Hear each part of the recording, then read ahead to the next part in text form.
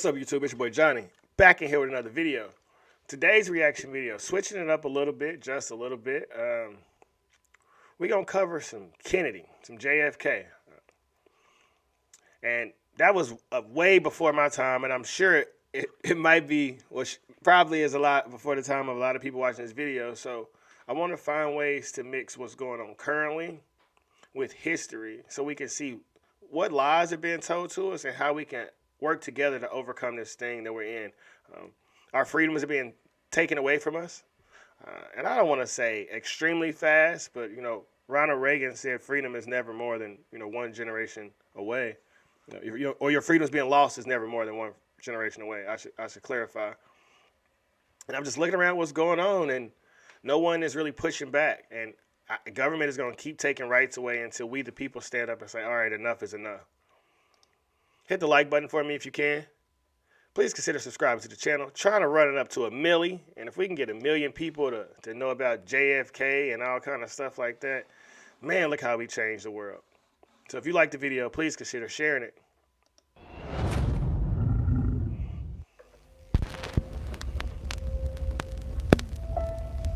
We shall pay any price, bear any burden, meet any hardship, support any friend, oppose any foe to assure the survival and the success of liberty.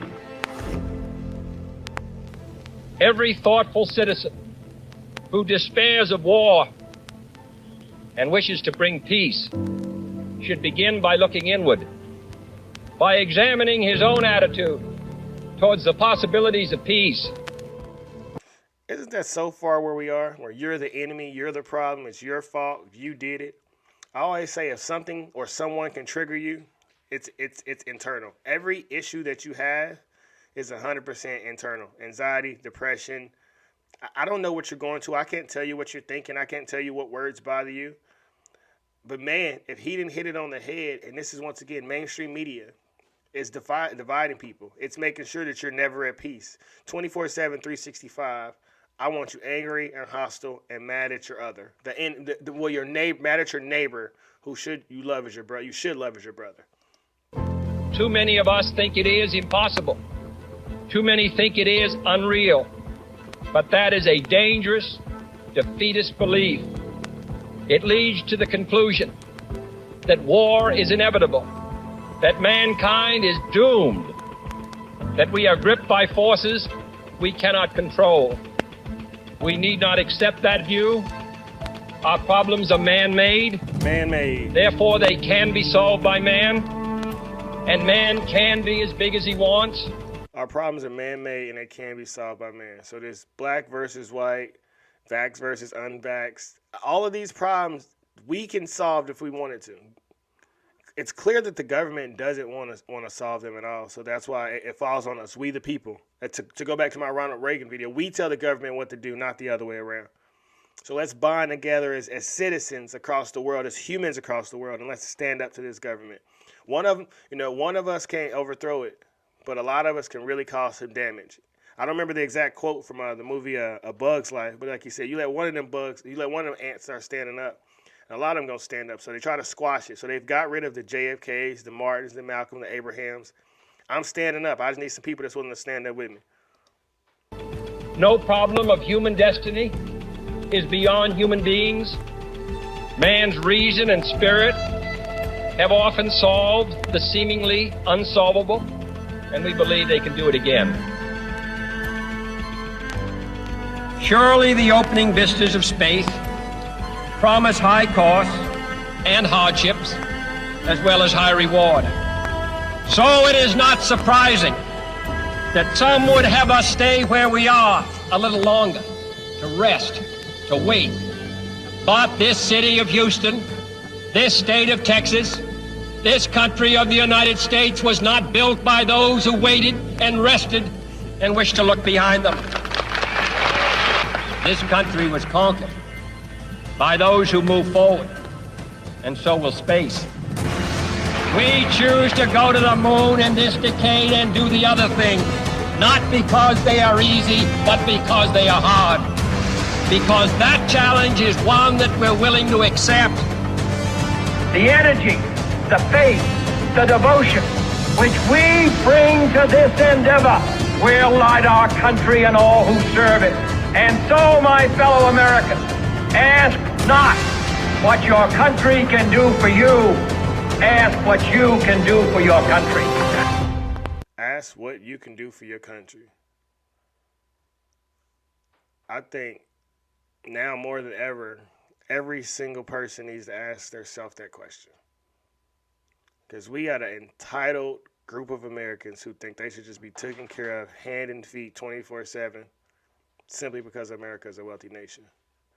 America became a wealthy nation by individuals working hard and creating and coming up with new ideas.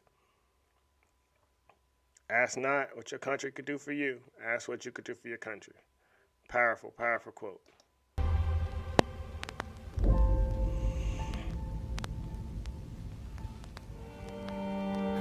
In Dallas, Texas, 3 shots were fired at President Kennedy's motorcade in downtown Dallas. The first reports say that President Kennedy has been seriously wounded by this shooting.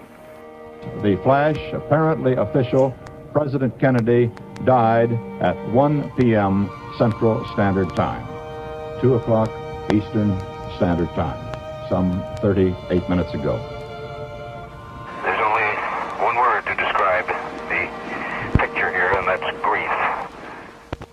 What was it that moved this nation so much? It's youth, grace, beauty, hope, promise.